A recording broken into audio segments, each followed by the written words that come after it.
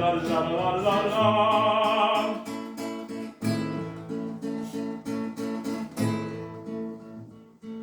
Yo me llamo Virginio Lechuga García Quirós, gracias a Dios.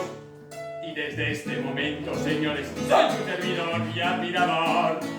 Donde Sirpo se presta dinero sin más interés que a fin de mes. Por 50 duros quiere usted quedar y 200 reales al pagar.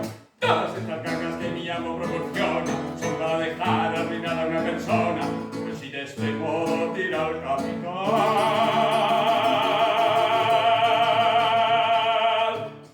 Vivo en un asilo a mi principal. Tra la la la la la la la la la tra la la la la la la la la la la tra la la la la la la la. Aquí traigo unas medias de seda color carmesí, pero hasta allí. Quiera Dios que a visita le guste lo mismo que a mí, creo que sí. De seguro que cuando las vea me va a regañar y a preguntar: ¿para qué hace esto, señor Virginie? Para que se acuerde usted de mí. Cuando se las pongan y el vestido se levante, un poquitín nada más que por delante. Válgame San Pedro, lo que se verá.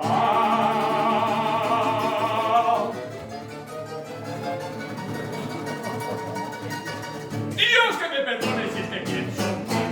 Tra la la la la la la la la la tra la la la la la la la tra la la la la la la.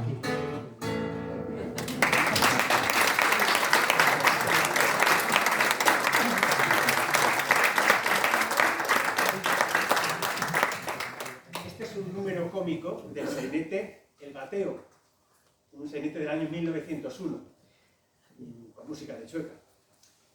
El actor sale a escena y se presenta dirigiéndose directamente al público. Es el empleado de un usurero, de un prestamista, un verdadero vampiro social que realmente crujían a los desgraciados deudores que tenían que acogerse a sus préstamos. Es un usurero, por tanto, como Torquemada en la primera novela de la serie que Galdós le dedica. Lo que nos ha cantado Virginie no es una difícil aria de ópera. El canto de Virginio era sencillo, directo, silábico, con una armonización de tona y traviesa. Aquellos actores cantantes del género chico enriquecían sobremanera el texto que recibían. Declamaban con claridad y con salero, cantaban, bailaban, caricaturizaban con movimientos grotescos de todo su cuerpo, improvisaban y acortaban la distancia con el espectador dirigiéndose abiertamente hacia él. En una palabra, intentaban hacer valer sus facultades al máximo en el poco tiempo de que disponían en un espectáculo breve que no llegaba a menudo a una hora. Algunos de ellos llegaron a ser auténticos divos, auténticos ídolos del público, estrellas, ¿no?, de su espectáculo. El público de entonces perdonaba más fácilmente una voz modesta, aunque tuviera que cantar, que la falta de personalidad, que la sosería y sobre todo que la mala dicción. Poca gente sabe hoy que el género chico provocó un auge en España, un auge teatral como no se conocía desde el siglo de oro y que no se ha repetido después. Se consiguió que España fuera, en el paso del siglo XIX al XX, el país con más funciones teatrales, con más estrenos, con más actores y público, con más libretistas y músicos, con más teatros en sus ciudades y pueblos grandes y con más asientos por habitante y día. En 1904 explicaba Galdós en un periódico parisino en qué consiste este tipo de teatro. Existe en Madrid un sistema de representaciones teatrales que según creo por lo menos, no tiene equivalente en ninguna otra gran ciudad del mundo. Ya hemos dicho que Galdós viajó por Europa, pero viajó mucho. Consiste en la división del espectáculo en 4 partes. Todas las piezas representadas tienen un solo acto, 2 como mucho, a los que se puede asistir separadamente. El precio de las localidades está igualmente fraccionado. El espectador asiste a las piezas que le convienen, a una sola si quiere. Durante los entreactos, la sala se vacía para llenarse de nuevos espectadores. Si se la llamó chico fue justamente por eso, porque era breve y un solo acto, por distinguirlo de las funciones largas. No debemos ver en esto ni un juicio de valor ni un sinónimo de zarzuela. Era lo mismo que decir teatro por horas, tuviera o no tuviera música. Es decir, que no es lo mismo género chico que zarzuela. Aunque veremos que una parte del género chico sí serán zarzuelas. No es un género propiamente dicho, aunque se le llame género chico, porque en realidad es una gavilla de varios subgéneros de diferente carácter que el público se acostumbró a diferenciar y a saber qué podía esperar del tono del espectáculo que tenía en cada caso. Mayoritariamente cómicos todos ellos. 4 funciones cortas en cada teatro y por tanto más baratas que le permitían acceder a un público modesto, cosa que no sucedía en otros países. Sigue diciendo Galdós. 6 u 8 teatros de esta clase funcionan en Madrid durante la temporada de invierno y casi todos explotan el género cómico y lírico, la zarzuela en un acto. Los 2 grandes teatros consagrados al género chico, el desaparecido Apolo y la zarzuela, que sí que existe, e incluso los pequeños, montan sus piezas con todo el cuidado artístico posible, desde el punto de vista del decorado, el vestido y los accesorios. Es decir, que era un espectáculo realmente muy caro de montar. No era un teatrillo barato, ni mucho menos de producir, sí lo era de consumir.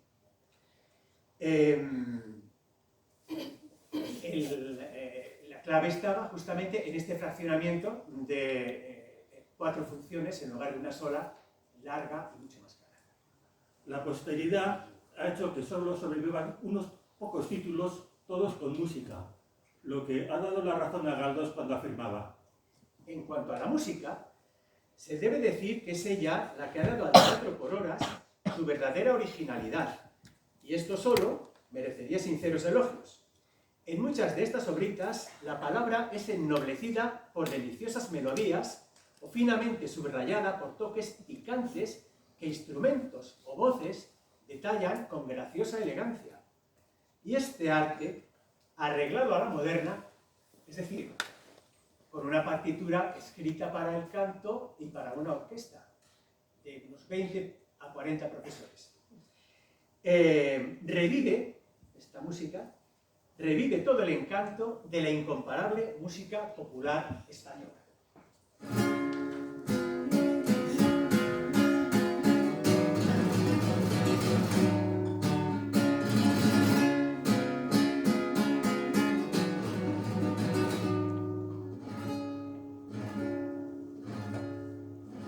Adiós, Granada, Granada mía. Adiós, Granada, Granada mía. Ya no volveré a verte más.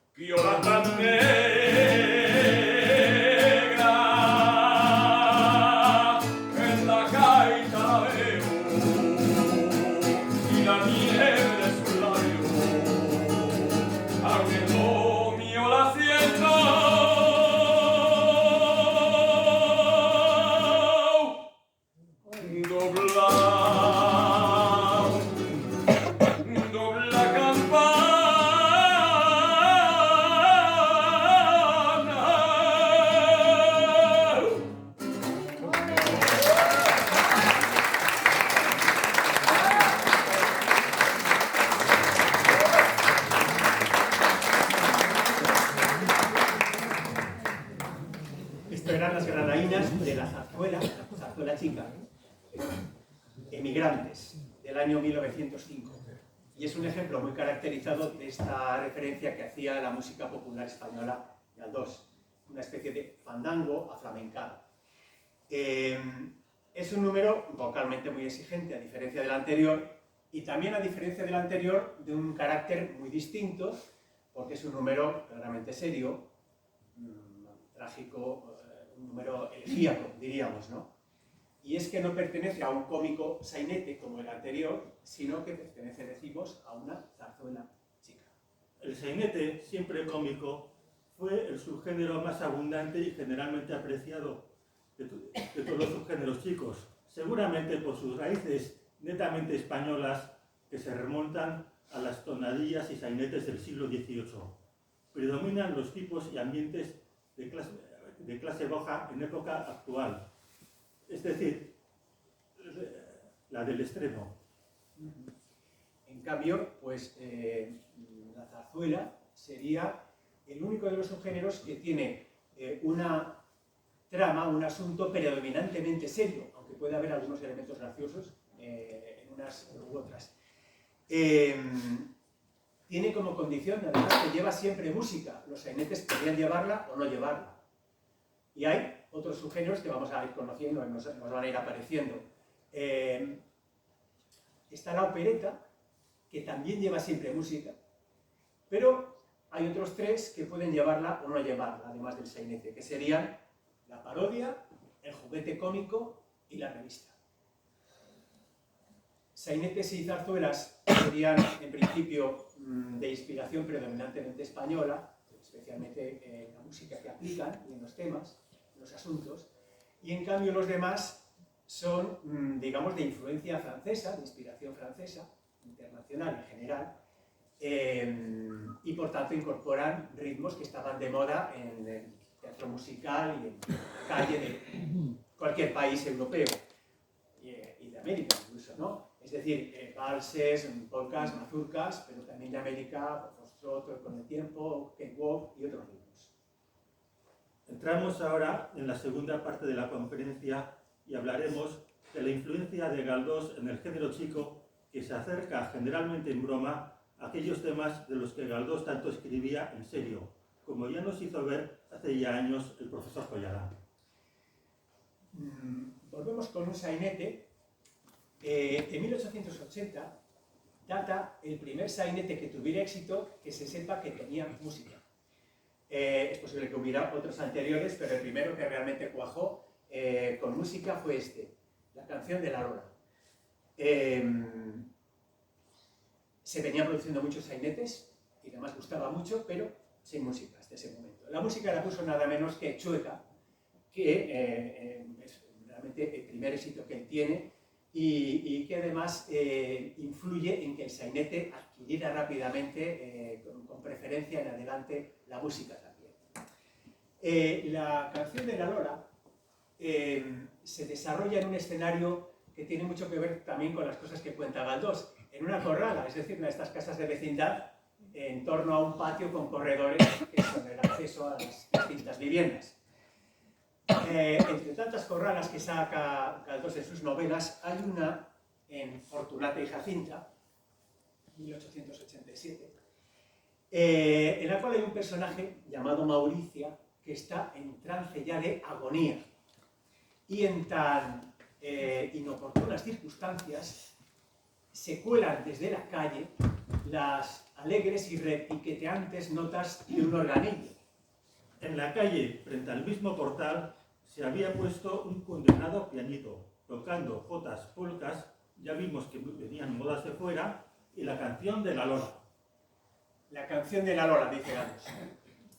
El sainete, la canción de la Lola, es un sainete inspirado en una, que tuvo, digamos, como estímulo para producirse una canción popular, estrófica, callejera, que corría por Madrid entonces, es una canción persistente, que no se llamaba así, sino se llamaba La camisa de la Lola. Cuando se presentó la obra con este título para estrenarla, al empresario le debió parecer que el título, La camisa de la Lola, podía resultar demasiado, y aquí improvisó una palabra, inventó una palabra que hizo fortuna y que nuestros abuelos conocían y empleaban. Podía resultar demasiado psicalíptica. ¿Ustedes sí conocen esa palabra? Claro, es objeción muy culta. A mí me la tuvo que explicar mi abuelo. Pues psicalíptico en el sentido de picante relativo al erotismo y tal, ¿verdad? Porque claro, la camisa pues era la prenda interior por excelencia de la mujer.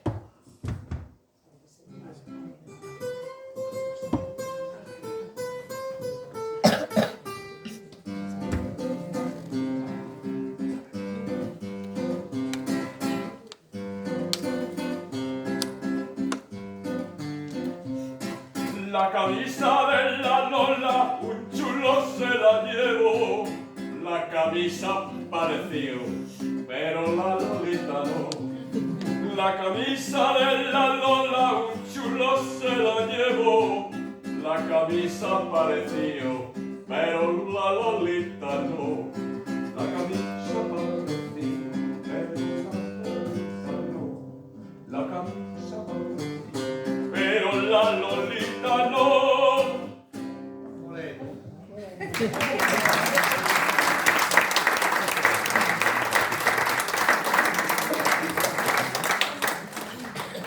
Este sainete lo había escrito Ricardo de la Vega, que fue uno de los grandes saineteros de la historia del género chico. Se había estrenado 7 años antes de que Galdós publicara la novela y lo citara.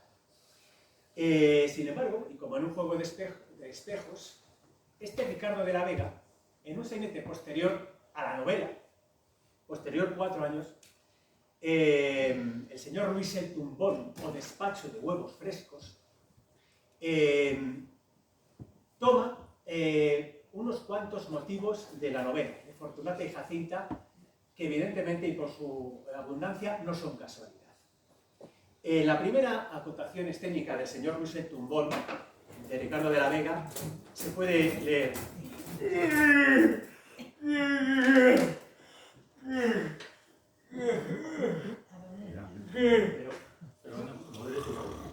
Luis, ¿Qué pasa? Llamamos al cielo. Estará con Serginas. Vamos, que no le dejan a uno ni dormir la siesta. Los intelectuales.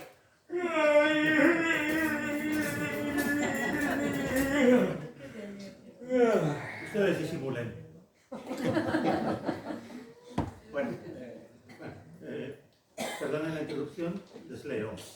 A la izquierda, dando frente al público, la huevería del señor Ruiz, con puerta grande que da a la calle.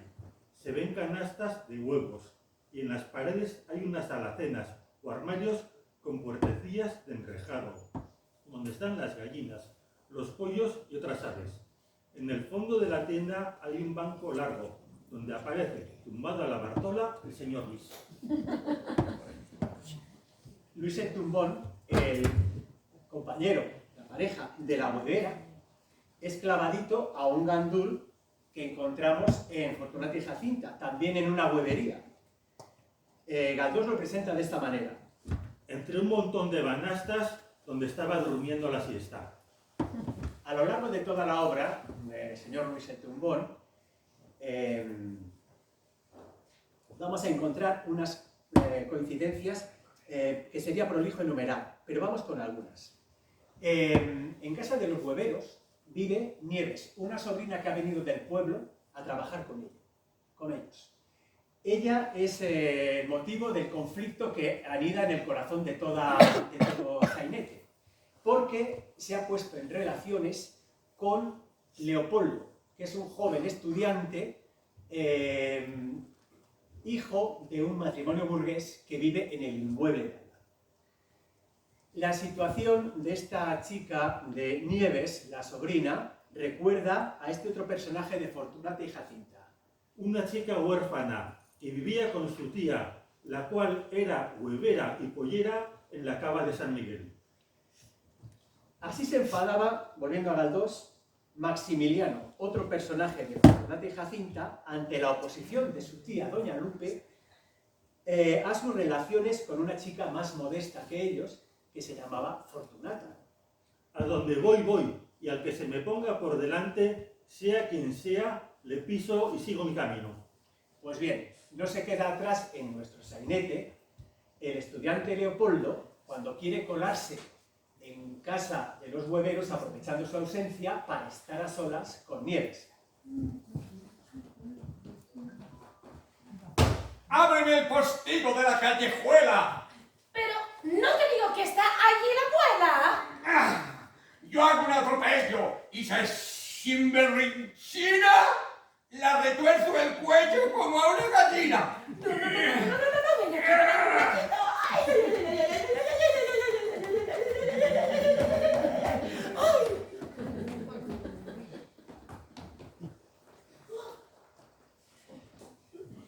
La mamá de Leopoldo, del estudiante, doña Catita, es una dama burguesa con muchas ínfulas que tiene otros planes matrimoniales para su hijo.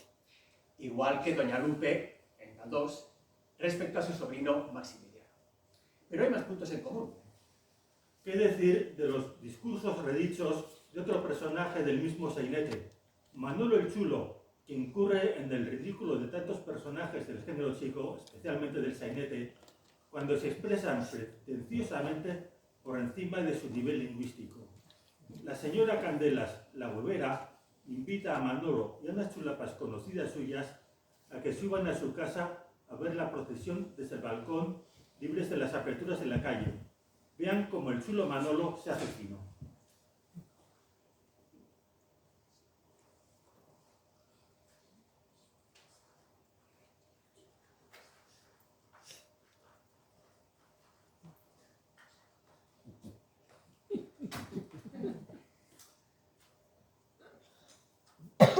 Mire usted, señora Candelas. Usted tiene que tener lo que tiene toda persona que tiene. Y es un decir. Conocimientos y amistades. Y que tiene que cumplir con ellas. Estas pueden ver la procesión desde la calle tan ricamente que en estas solemnidades hay que pasar por todo. Y si las apretan, que las apreten. Y si las carga la Guardia Civil, que las carguen. Que mañana será otro día. Vaya, vaya, señor Manolo. ¿Quiere usted dejarme más fea de lo que soy? No es eso, señora Candelas. No es eso. Y estas saben bien el carácter y circunstancias de las cosas. Máxime más. Cuando unas cosas que hoy son las mismas, más máxime, esas cosas mismas que son las mismas, pues a luego ya esas mismas cosas ya no son las mismas.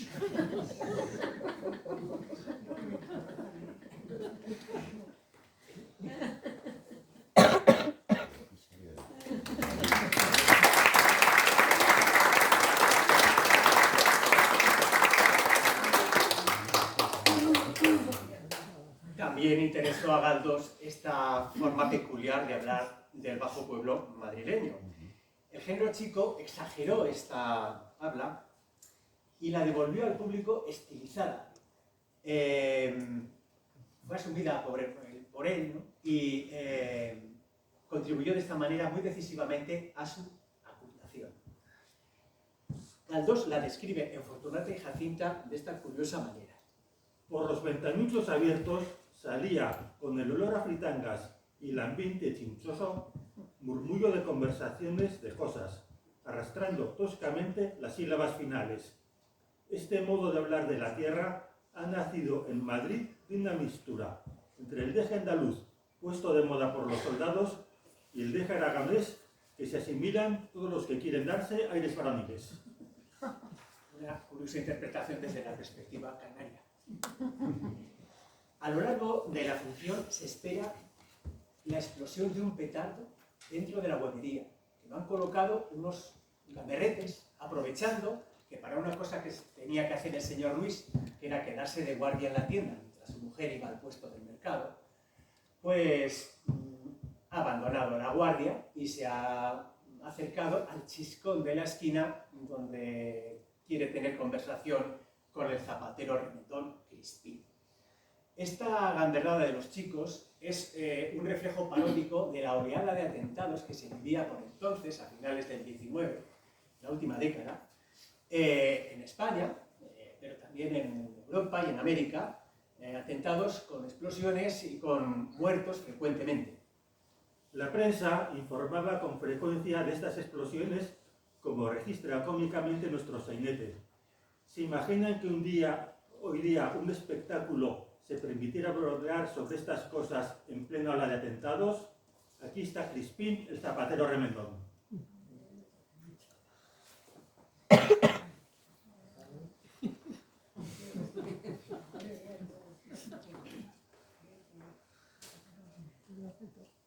Ayer estalló un petardo en el portal de la casa número 56 de la calle de San Ricardo. La detonación se oyó a larga distancia. No hubo desgracias personales, menos mal. Pero se hayan herido de más o menos gravedad un gato, un jilguero y una perrita de agua, propiedad de los porteros de la casa. Esto no se hallaba en la portería. Pues menos mal también, ¿no?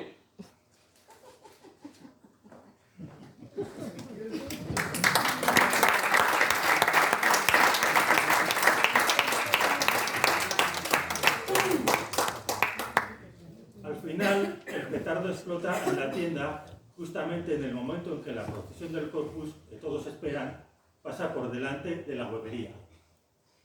El género chico ridiculiza habitualmente a los revolucionarios y a los terroristas, ya sea por la ingenuidad tan lejana de toda realidad de algunos, como es el caso de El iluso Cañizares, un sainete de Arniches, del año 5, o bien por su ignorancia, sus disparates, las bravatas que sueltan a diestro y siniestro, como es el caso del anarquista Bamba, un personaje del Mateo que nos ha salido antes. Atención a las barbaridades que contienen los famosos tangos del anarquista Bamba.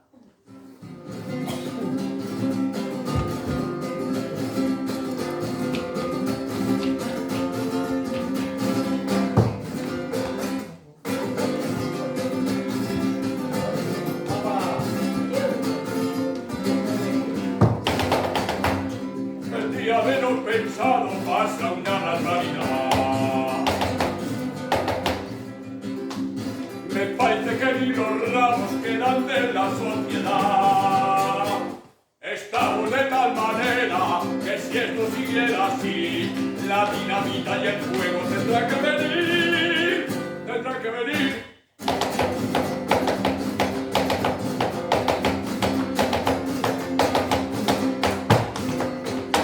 Pues tanto lo van haciendo que al fin habrá que gritar: ¡arriba los socialistas y abajo! No se puede hablar.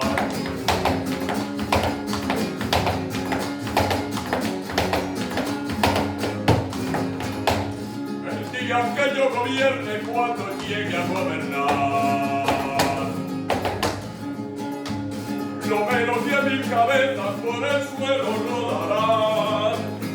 Haremos de carne humana la estatua de Robespierre, para que sirva de ejemplo el mártir aquel, el mártir aquel.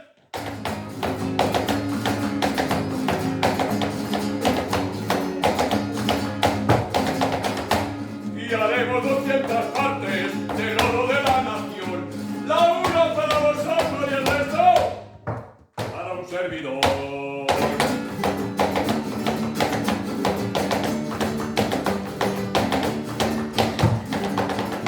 Que el tango más levantisco, más churapo y más guasón. ¡Vamos!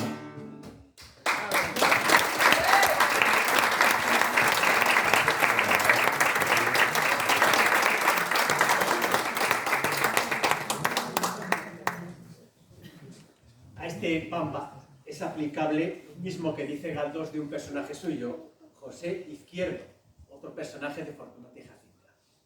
Hay que declarar que parte de su mala reputación la debía a sus fanfarronadas y a toda aquella humareda revolucionaria que tenía en la cabeza. Fíjense en el final de una de las parrafadas del tal Izquierdo, que bien hubiera podido suscribir nuestro Bamba. Y yo digo que es menester acantonar a Madrid, pegarle fuego a las Cortes, al Palacio Real y a los judíos ministerios, al Monte de Piedad, al cuartel de la Guardia Civil y al depósito de las aguas, y luego hacer un racimo de horca con Castelar, Pi, Figueras, Martos, Bizerra y los demás, por moderaos, por moderaos. Lo serio se asoma también a veces al sainete, como el ejemplo que vamos a ver de Alma de Dios, escrito por el último gran sainetero, Carlos Arniches, y con la música del último gran compositor del género chico, que sería José Serrano. Hay una escena de ambiente gitano en el miserable barrio que existía entonces de las Cambroneras, junto al puente de Toledo, la orilla izquierda, es decir, del lado de acá, del lado de Madrid. Unas muchachas gitanas bailan y entonces aparece un personaje que no había salido hasta ese momento y que no volverá a salir, que es un gitano que se pone a cantar una canción húngara. Es una romanza de grandes exigencias vocales, un tanto operísticas, que se convirtió en la piedra de toque de este sainete en la baza de triunfo, porque hizo de él un éxito tremendo, y se convirtió en la canción española más difundida fuera de nuestras fronteras en la época. Los cantantes líricos españoles y extranjeros, el tivo italiano, por ejemplo, Tito Schipa, la incorporaron a su repertorio para sus recitales y propinas y demás. Vamos a ver.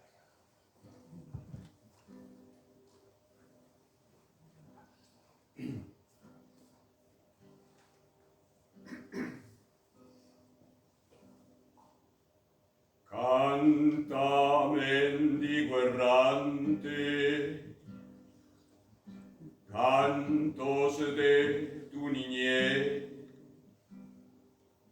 ya que nunca tu patria volverás a ver.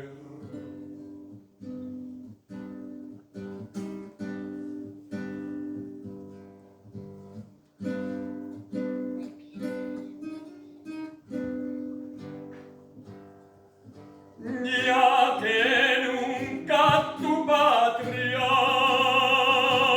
volverás a ver.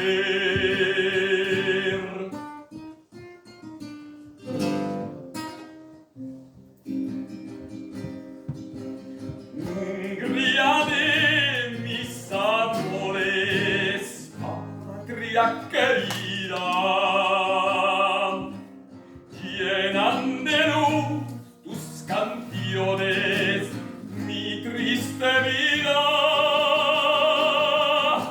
vida de inquieto y eterno andar, que alegro solo con mi cantar.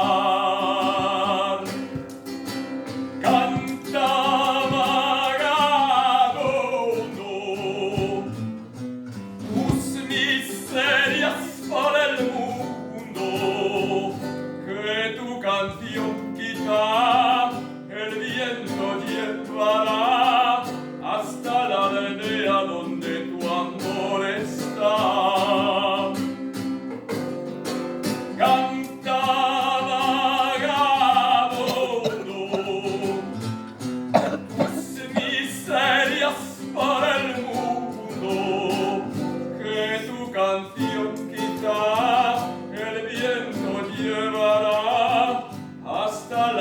aldea donde tu santo cariño está. Es caminar siempre errante mi triste sino, sin encontrar el descanso en mi camino. Ave perdida, nunca de hallar un nido amante, donde cantar, cantaba vagabundo tus miserias por el mundo, que tu canción quizá el viento llevará hasta la aldea donde tu amor está. Cantaba vagabundo tus miserias por el mundo, tu canto llegará donde tu amor está.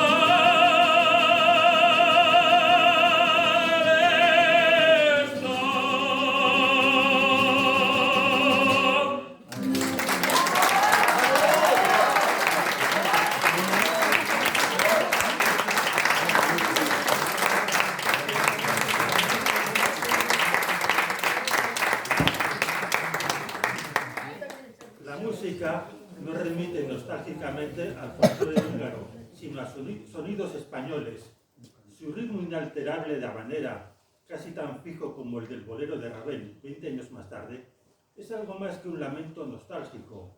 Reivindica el derecho a la felicidad aquí y ahora, lo mismo que hace de otra manera Galdós en Misericordia, donde nos lleva al mismo barrio de las Cambroneras.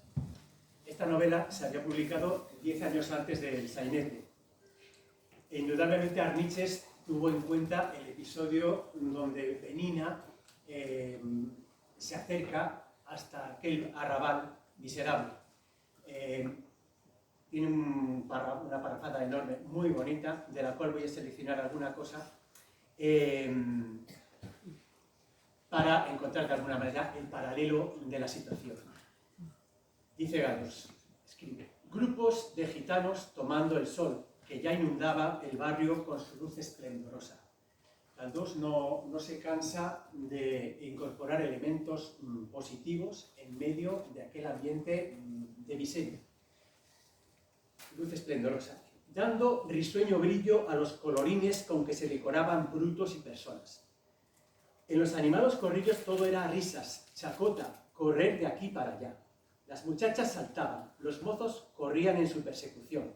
Los chiquillos, vestidos de harapos, daban volteretas y solo los asnos se mantenían graves y reflexivos en medio de tanta inquietud y algarabía. Algunas de estas niñas eran de tez muy oscura, casi negra, que hacía resaltar las filigranas colgadas de sus orejas.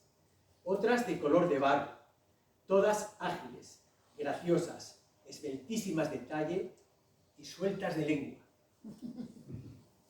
No todos eran sainetes en el género chico, tan variado con tal de divertir que todo parecía caber en él.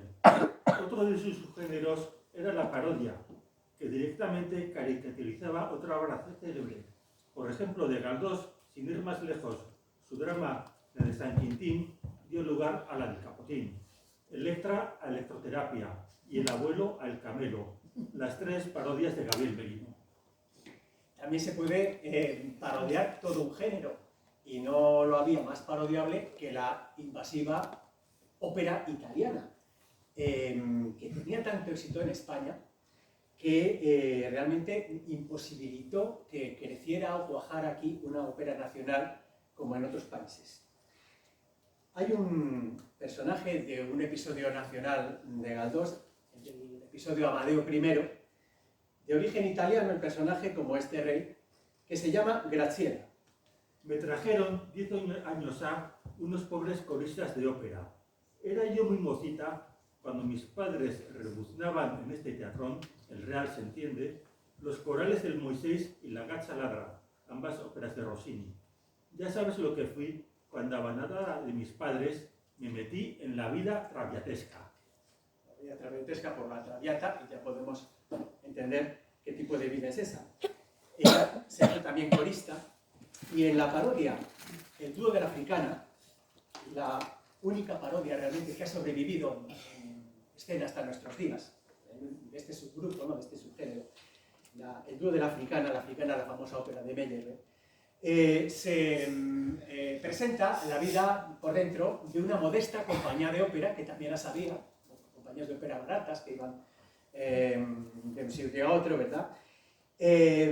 Y se bromea con esta moralidad traviatesca de las coristas, muy mal pagadas, una profesión muy mal pagada, como era también la de bailarina, o de las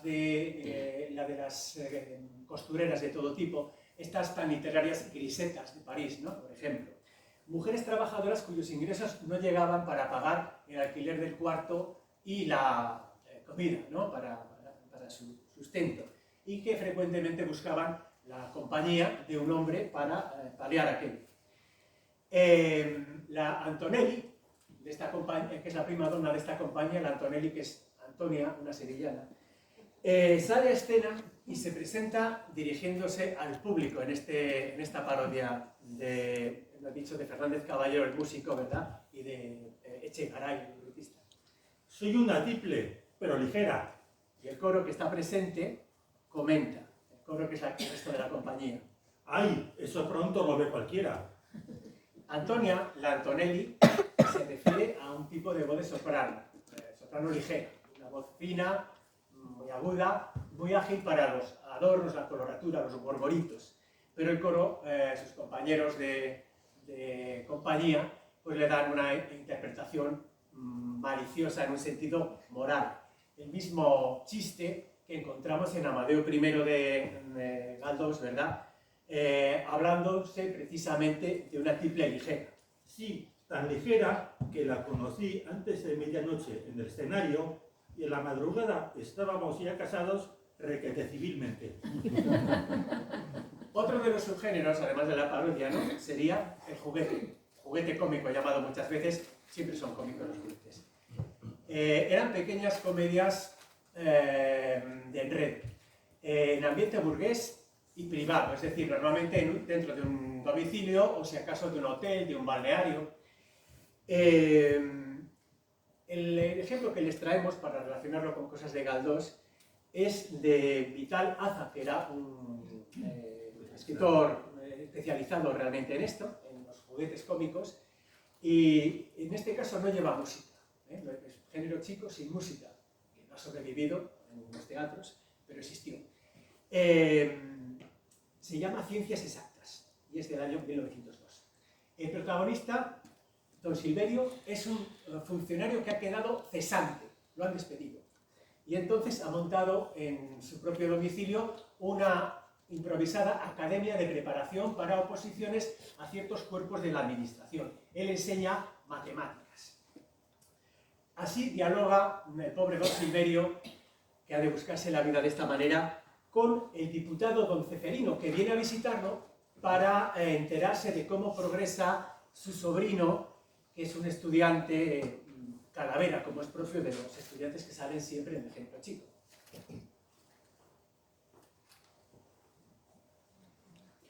Bien, bien, entonces, ¿pertenece usted a la carrera del profesorado? No, señor. Yo soy profesor particular. Yo era empleado en el Ministerio de Fomento, en la Dirección de Obras Públicas, negociado de carreteras, pero cuando la reforma... Ya. Cuando dividimos el ministerio. Sí, ustedes dividieron el ministerio y a mí me dividieron por el eje. Desde entonces estoy cesante y para ganarme el sustento recurro a estos menesteres. Si usted pudiera reponerme... Complicado. Que no.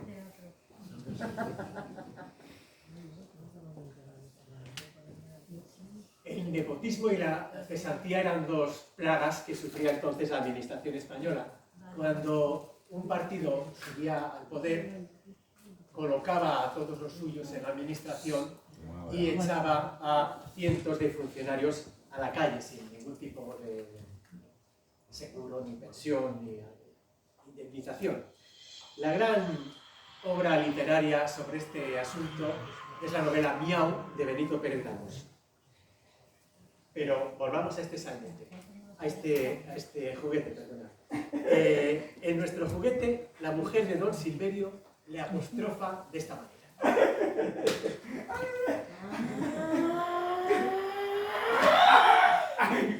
¡Bebiendo de mala manera! Pero es claro, como tú eres un bragazas que necesitas que te traigan la credencial a casa. Toma este. Te sirve.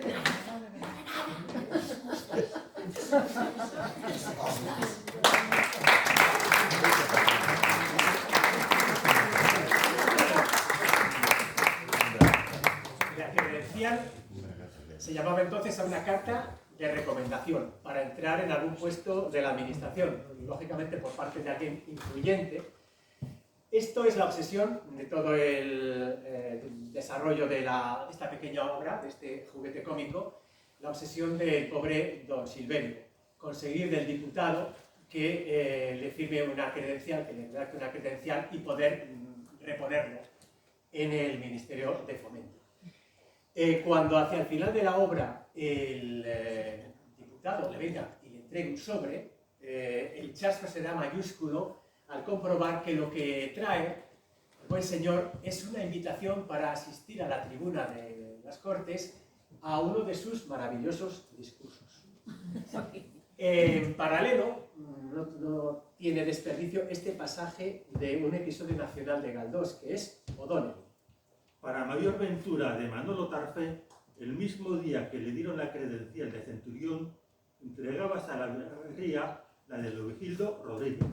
Solo faltaba la de Cuadrado, pero de esta colocación se encargó Beramendi, gozoso de favorecer al que había sido su desgraciado jefe en la Gaceta. Cosas que ocurrían en España entonces y que hoy día no podemos ni concebir. Su angustiosa situación lleva al protagonista de Miau, Villamil, al suicidio. Esta misma idea ronda la cabeza del cesante de una obra del género chico, juguete también, y esta vez con música, que se llama Música Clásica, y lleva nada menos que música de Chapín. Es del año 80. Este es el caso del pobre Cucufate, que se presentará dirigiéndose directamente al público.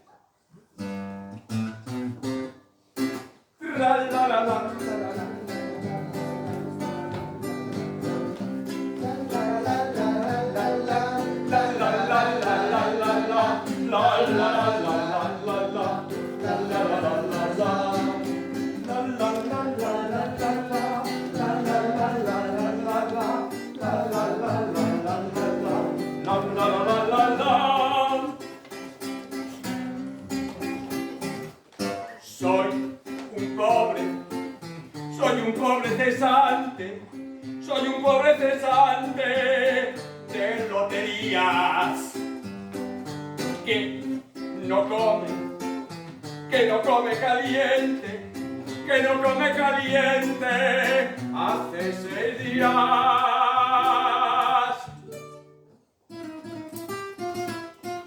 De los escaparates, de los colmados, soy platónico amante sin resultado.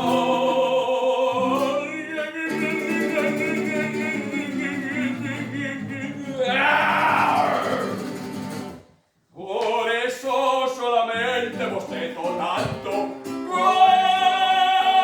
Por eso solamente bostezo tanto. Por eso solamente bostezo tanto. La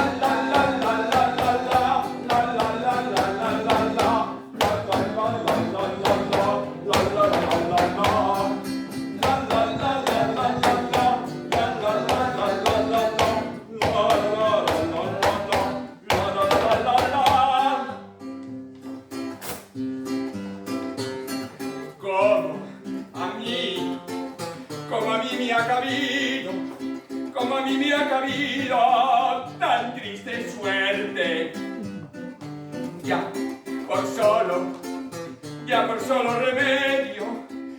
solo remedio, busco la muerte.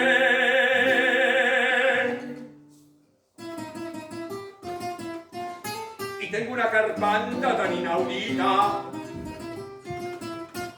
que me como los codos de la levita.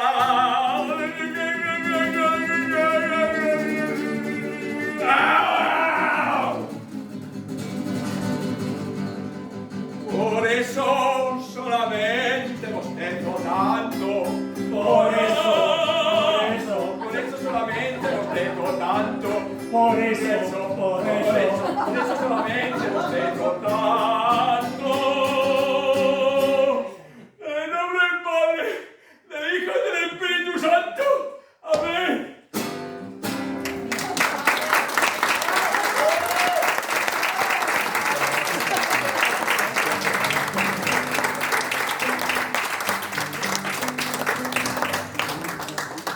Volviendo a ciencias exactas, el diputado don Ceferino, que parece la tabla de salvación del cesante Silverio, está inspirado nuevamente del galdosiano Torquemada, que ya ha llegado a senador, eso sí, tan ignorante como campanudo, en la novela Torquemada en el Purgatorio.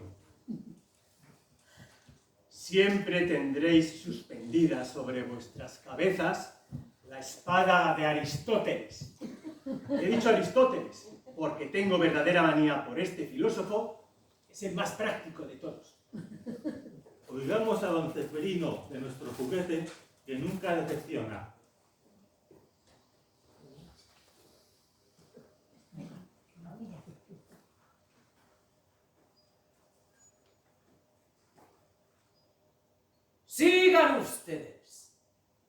Sigan ustedes consagrando toda su actividad, todo su esfuerzo, toda su inteligencia. Discurso tenemos. Para el estudio y penetración de los intrincados problemas que ofrecen las ciencias exactas, para la prosperidad y ventura de este decaído país. ¿He dicho decaído? Me parece que no. Sí, decaído. Pero los cadáveres se galvanizan, lo estéril se fecunda. Y entiendo yo que ustedes, y solo ustedes, son los llamados a vivificar a este pueblo, luchando noblemente por el esplendor y engrandecimiento de la patria. He dicho. ¡Bravo! ¡Bravo! ¡Bravo! ¡Viva el señor diputado! ¡Bravo! ¡Bravo! ¡Muy bien, señor diputado!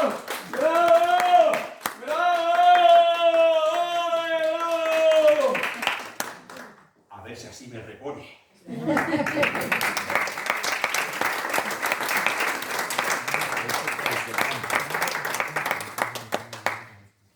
La popularidad de la primera serie de los episodios nacionales de Galdós, publicada en los años 70, tuvo mucho que ver en el estreno de numerosas piezas chicas sobre la guerra de la independencia en las décadas siguientes. Hubo muchas que invocaban abiertamente su filiación galdosiana, proclamándose no zarzuelas, por ejemplo, sino episodio lírico o explícitamente episodio nacional. Si hubiera en escena muchos títulos hoy olvidados. El disco ha salvado la opereta El tambor de granaderos de Chapí de 1894. Está ambientada en el mismo escenario histórico y situación que Napoleón en Chamartín, el episodio nacional de Galdós, que cuenta la llegada de Napoleón a Madrid para reponer a su hermano en el trono, después de la derrota de Bailén.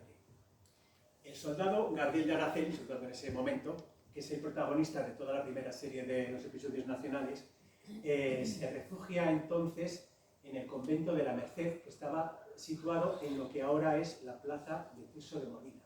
Una vez que fue derribado el convento, surgió esa plaza triangular que conocemos. Este es también uno de los tres escenarios de la opereta El tambor de granaderos. La alegre opereta, atrevida y libre, de origen francés, se aclimató enseguida en Viena y se convirtió en el teatro comercial por excelencia en muchos países en el cambio del siglo XIX al XX. También halló cobijo como es propio en el formato breve de nuestro género chico. La opereta tiende a evadirse de la realidad habitual, cotidiana, tan vulgar y tan estrecha, y busca siempre escenarios lejanos, ya sea países extranjeros o ya sea echando la vista atrás a momentos de la historia, siempre de una manera sonriente, lógicamente. Escenarios donde todo parezca posible y donde se respire una mayor libertad que en la sociedad presente. En el caso del Tambor de Granaderos, la usurpación del poder por parte de los franceses, pues de alguna manera justifica a los simpáticos protagonistas para transgredir constantemente la ley. Y los azares y riesgos de la guerra, pues les permiten tomarse algunas libertades a estos enamorados que son imposibles en la vida real cotidiana que vivía todo el público. El caldosiano Gabriel de Araceli, soldado como Gaspar de nuestra opereta, sale del convento y entra varias veces disfrazado de novicio, el mismo disfraz que el Gaspar de la opereta, lo que provoca esta crítica del prior galdosiano. ¿No le he dicho que desconfían de los frailes regulares y especialmente han tomado entre ojos a los de esta casa, al convento de la Merced? Coincide todo esto con las sospechas que sobre los frailes del convento manifiesta en nuestra opereta el coronel español al servicio del intruso, y el hecho de que en la realidad histórica aquellos frailes acabarán siendo exclaustrados por las autoridades napoleónicas. El género chico presenta con frecuencia personajes como este coronel que ahora vamos a ver, que parecen salidos de la comedia del arte. Son personajes de la farsa, de una pieza, maniáticos, de un comportamiento repetitivo y destinado a chocar fatalmente con otros personajes. Este parecería, este coronel, un capitano de la italiana y tan influyente comedia del arte. Pongamos en clave comedia del arte por un momento esta parrafada del coronel de esta pieza chica.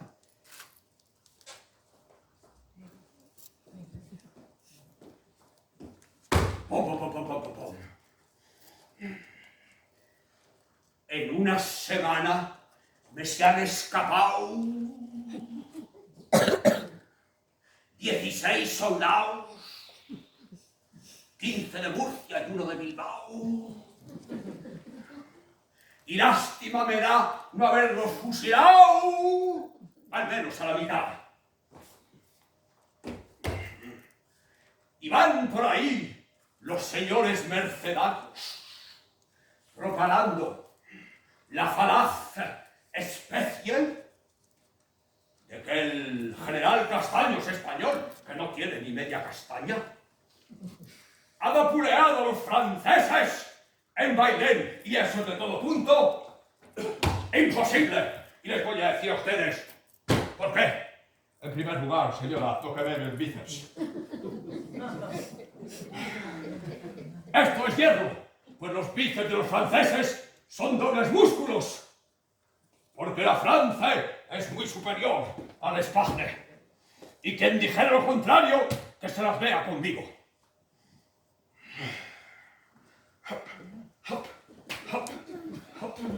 No hay nadie como Napoleón Bonaparte. Liberté, égalité y fraternité. La liberté, por allá. La égalité, por allá. Lo que importa es la fraternité. Es tan fraternité Napoleón que ha cogido a sus hermanos, a sus fraternés, a uno del rey de España, al otro del rey de Nápoles, a su hermana de emperadora de no sé qué. Eso sí que es fraternité. ¡Viva la Francia! A los enfants de la patrie, de jour de gloire, arrivé. ¡Francia!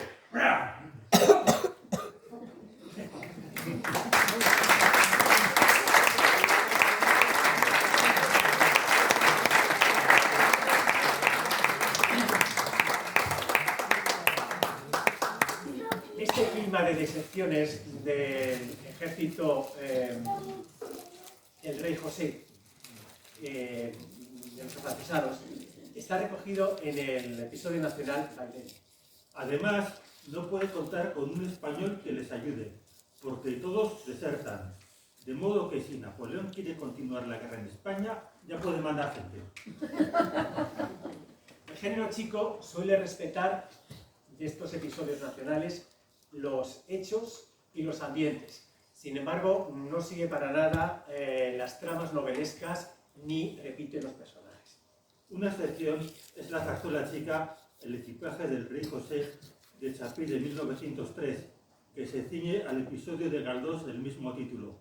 Y lo es más porque el propio Galdós asesoró a los libretistas.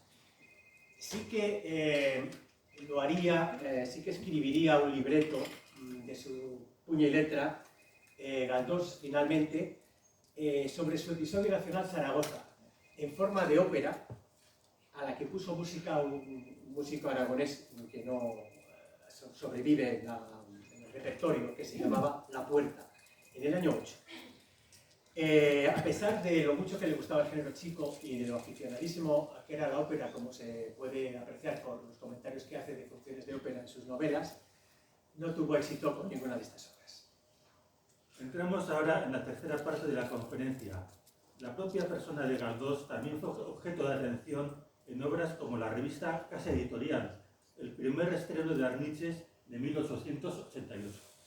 La revista de entonces, y en este caso chica, también de procedencia francesa en cuanto a su formato, era un tipo de obra muy especial, porque no tenía un verdadero argumento, sino que había un cierto pretexto que permitía ir hilvanando, poniendo uno detrás de otro, una serie de escenarios diferentes, de distintos cuadros, donde iban ocurriendo, podía pasar allí de todo, ¿no? Se podía traer a colación prácticamente cualquier asunto.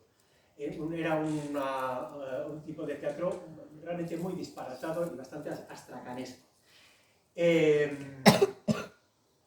Por eso, una revista tan peregrina en cuanto a su contenido como Casa Editorial, ¿no? Hay un personaje alegórico, esto también es muy propio de la revista, que aparezcan personajes que son personificaciones de cosas, de otros entes que no son seres humanos, ¿no? Por ejemplo, la personificación de la novela, hay un personaje que es la novela, que en cierto pasaje, en cierta escena, se pone a enumerar novelas muy populares entonces en España. Enumera un montón de títulos.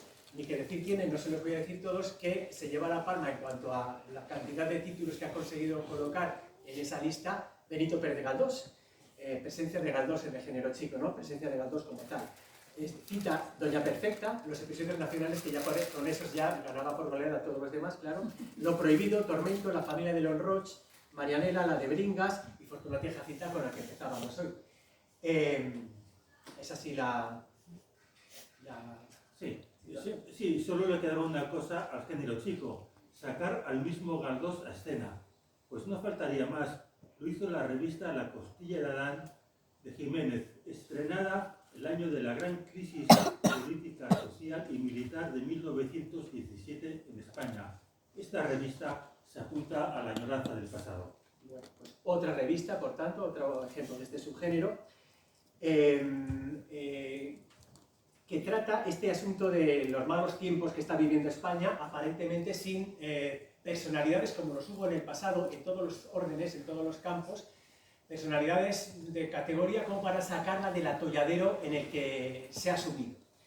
En una de sus escenas aparecen, haciendo figura de signos del zodíaco, son estas cosas de la revista, tan fantásticas, aquellos astros de antaño, de distintas especialidades, por decirlo así, como son el poeta Beque, el torero Frascuelo, que por supuesto es el signo del zodíaco Tauro, Daoiz y Velar, de los héroes del 2 de mayo, que son Géminis, Cánovas, Castelar, Ruiz Zorrilla, Goya, Prim, Carlos IV, que lleva los cuernecitos de Capricornio, el almirante Gravina, que es Acuario, Sagasta y Cervantes. Cantan su desencanto contemplando la situación de desamparo que tiene España, su desencanto ante la ausencia de grandes personalidades que la saquen adelante. Pero aparece entonces un personaje vivo y real, que es Benito Pérez Galdós, vivo, pero ya muy mayor, ese año 17, y tiene 60 años. Lógicamente aparece un actor encarnando a Galdós, no aparece él mismo, ¿no? Pero era frecuente sacar, caricaturizar a personajes del momento. Benito Pérez Galdós viene, ese sí, a tomar el relevo que le pase Cervantes.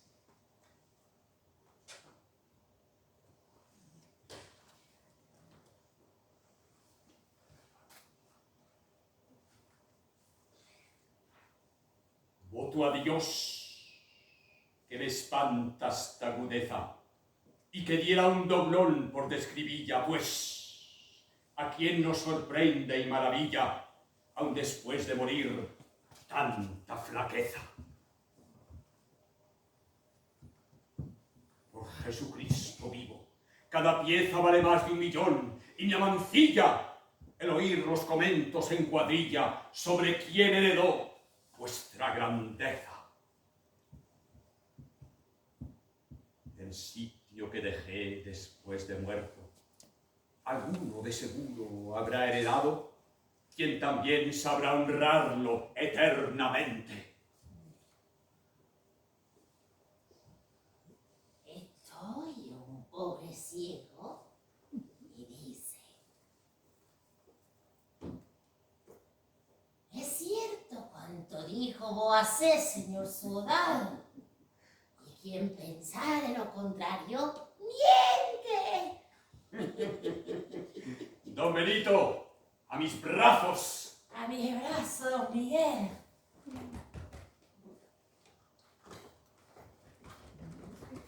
Ay, agárrese a mí, que yo le llevo al asilo. No vaya usted a resbalar, a romperse una costilla o la crisma. Vamos a llevarlo a un taxi.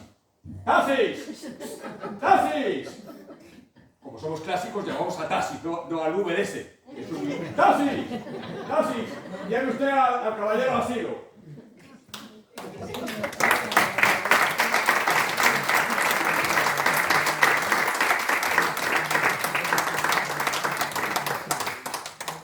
Las morcillas eran muy frecuentes en este tipo de teatro. Y una última revista para acabar, Biblioteca Popular de 1905, cuyo primer cuadro se ambienta en una feria de libros y de juguetes. Uno de los personajes, Robinson, dialoga con un librero que le ofrece: ¡Episodios nacionales, oiga! ¡Los episodios nacionales! De Don Benito Pérez Galdós, oiga, baratos, las cervezas baratas, oiga, episodios nacionales. Sir, excuse me, ¿qué es esto? Estos son los episodios nacionales, los hechos más magníficos de la historia de España contemporánea, con retratos de sus protagonistas, oiga. Wow, that's interesting. Sí. Okay, one, yeah. ¿Qué dice? ¿Que quiere uno? Quiero uno, yes. ¿Qué uno? La cerveza por usted. Okay. Este, como es un guiri, le voy a engañar. Venga, a ver, primera revesa. Okay. Segunda revesa. Wow. Tercera revesa. Wow. Cuarta revesa. Amazing. Quinta revesa. Y la sexta la coconota que ya no le cabe. Oh. ¡Vale! ¡Para el hotel! Thank you very much. Episodios nacionales, oiga. Wow. Episodios nacionales de Benito Pérez Galdós. Spaniards. Lo que se va sin pagar el tío. Pero bueno, no paga y encima nos roba Gibraltar. Gibraltar español. Gibraltar español.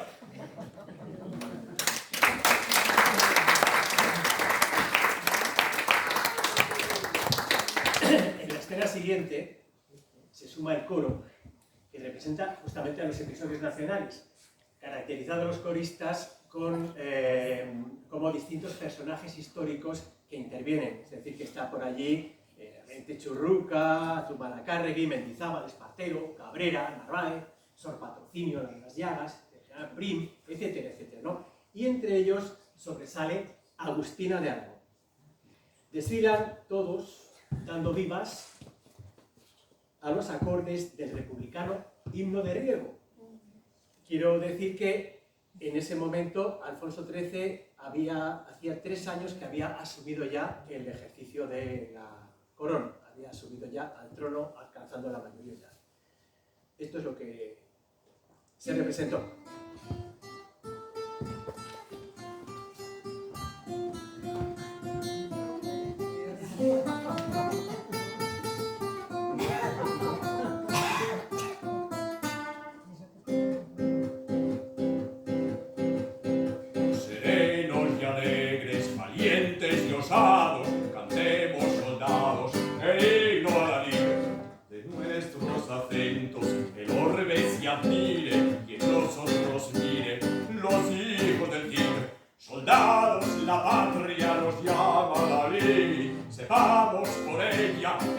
tercero morir.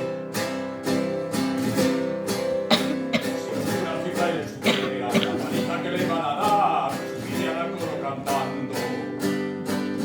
Libertad, libertad, libertad. Libertad, libertad, libertad, libertad, libertad, libertad, libertad. Libertad, libertad, libertad, libertad, libertad.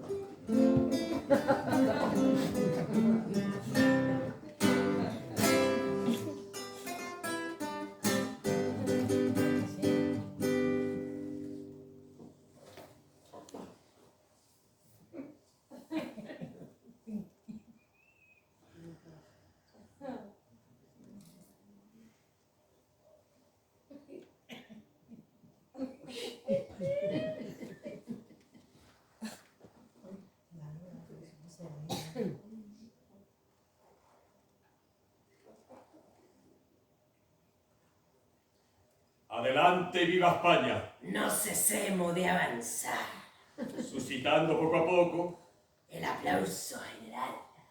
nos aprecia el magnate Y el humilde menestral. y enseñamos deleitando La epopeya nacional.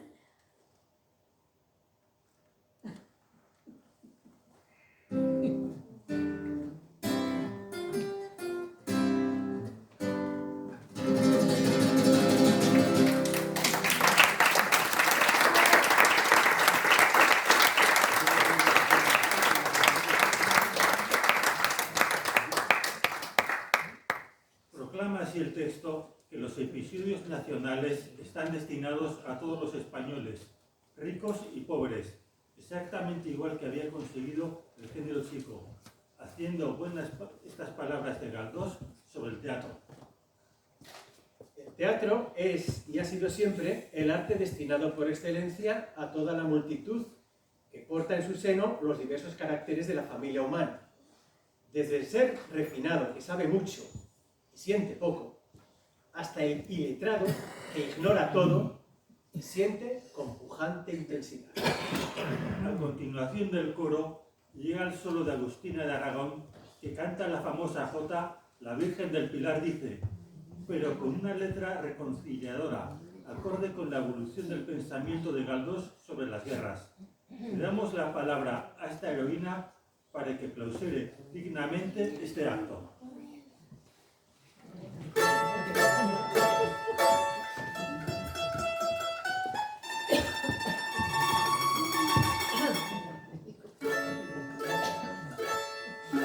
la Virgen del Pilar dice. Acabense los rencores.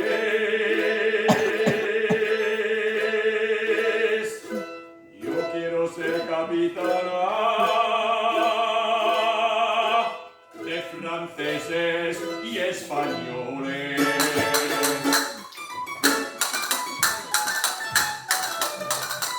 No al autor sin segundo, al novelista fecundo, que al relatar nuestra historia nos eleva hasta la gloria ante los ojos del mundo. No al genio portentoso, al que escribió sin reposo de la libertad en pos. ¡Viva insigne coloso! ¡Benito Fran Galdós!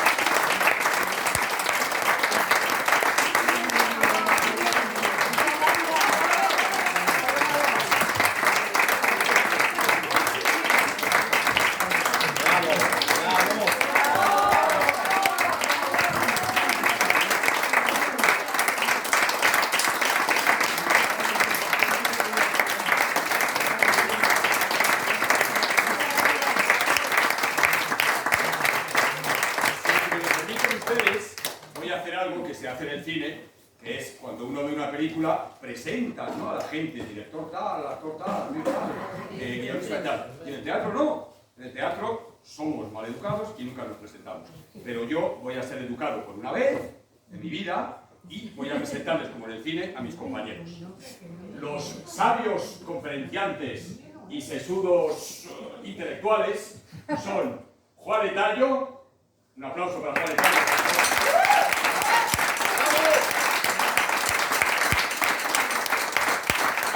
Y Miguel Etayo.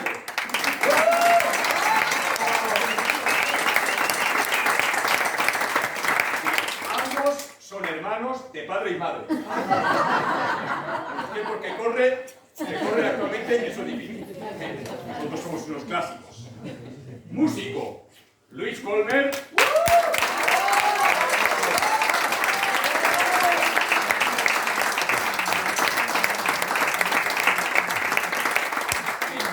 Por desgracia, solo ha podido ser bandurrista y guitarrista, pero en otros centros dotados, lo digo para que ustedes lo reclamen al ayuntamiento, en otros centros dotados de piano es también pianista. Y el piano pues da un empaque, por ejemplo, la romanza esta de El vagabundo errante con piano, pues claro, tiene un empaque que no puede darle la guitarra.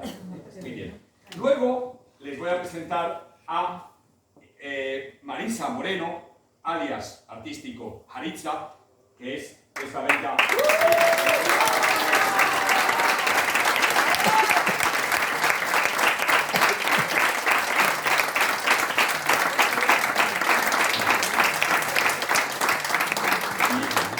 Quiero muchísimo, como una hija, porque lleva representando conmigo desde el año 99, ¿no, Marisa?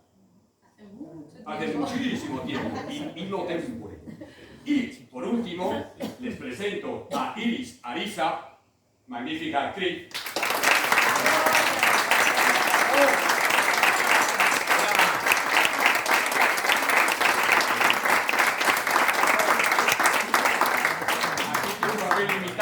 Porque los guionistas intelectuales, esto, pues, son misóginos, dijeron, las mujeres poco papel. En fin, eso va a cambiar ahora a partir de ahora. Y luego me presento yo, este humilde trovador, me llamo Mariano Aguirre y dirijo desde el año 1997 la Troupe del Cretino.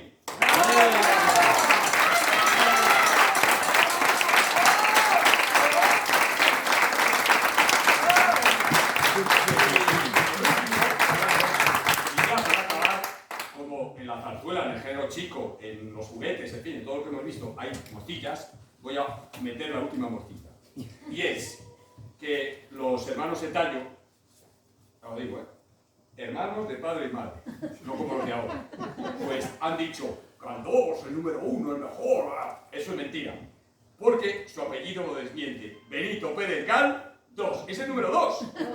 El número 1 no es Cervantes, como puedan ustedes pensar, el número 1 es Don Miguel de Unam, 1. Benito Pérez Gal, 2, el tercero sí, el gran Don Miguel de Cerván, 3. Luego viene, en cuarto lugar, que aquí hubo un conflicto diplomático, porque los italianos querían que fuera, ¿cómo se llama este hombre? Il Tasso Torquato. Y yo le dije, no, estamos en España, solo puede ser Luca de Tena Torquato, el fundador de la ABC. Y luego el quinto, que va a ser Don Benavente Jacinco. Y así hasta el arzobispo de la Archidiócesis. Muchísimas gracias.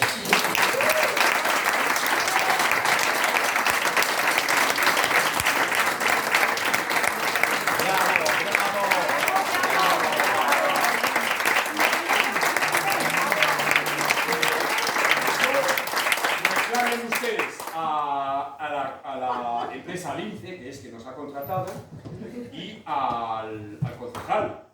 Porque me dijo José María, que andará por ahí, ahora hay un concejal que quiere muchas cosas de España y tal. ¿Qué más español que hay? ¿Qué más español que la zarzuela, que el género chico, que Don Benito Pérez Galdós? Ustedes reclamen para que podamos volver.